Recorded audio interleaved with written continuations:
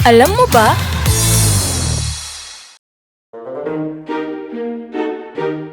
Napapansin mo rin ba minsan na parang mas mataas ang iyong tingin sa salamin tuwing bagong gising ka sa umaga? Kung iniisip mo na namamalikmata ka lang, nagkakamali ka dahil totoo ang nakikita mo at may siyensya sa likod ng pagbabago sa iyong height.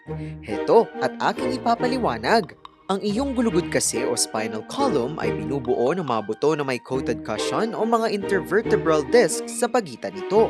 Ang mga discs na ito ay gumagalaw na parang isang sponge na likas na sumisipsip ng tubig at mga fluids sa loob ng iyong katawan. Kapag ikaw ay nakatayo, naglalakad o nakaupo sa buong maghapon sa iyong bahay man o sa trabaho, ang bigat ng iyong katawan at ang puwersa ng gravity ay patuloy na pumipisil at nagpe-pressure sa mga sponge na ito. At dahil pipi at naalisan nito ng tubig, ang iyong tangkad ay kusang nababawasan ng halos kalahating pulgada hanggang 1 pulgada pagdating ng gabi.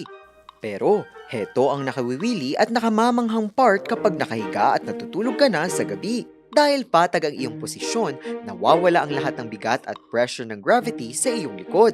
Ang mga nangulubot na sponge ay magsisimula muling sumipsip ng mga fluids na siyang magpapalaki at magpapadecompress sa iyong lugod. Kaya naman, paggising mo sa umaga, direktang bumabalik ang iyong sagad na tangkad.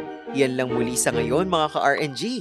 Kung may trivia pa kayong nais malaman, i-comment na yan at ito ay aming aalamin. Ngayon, alam mo na!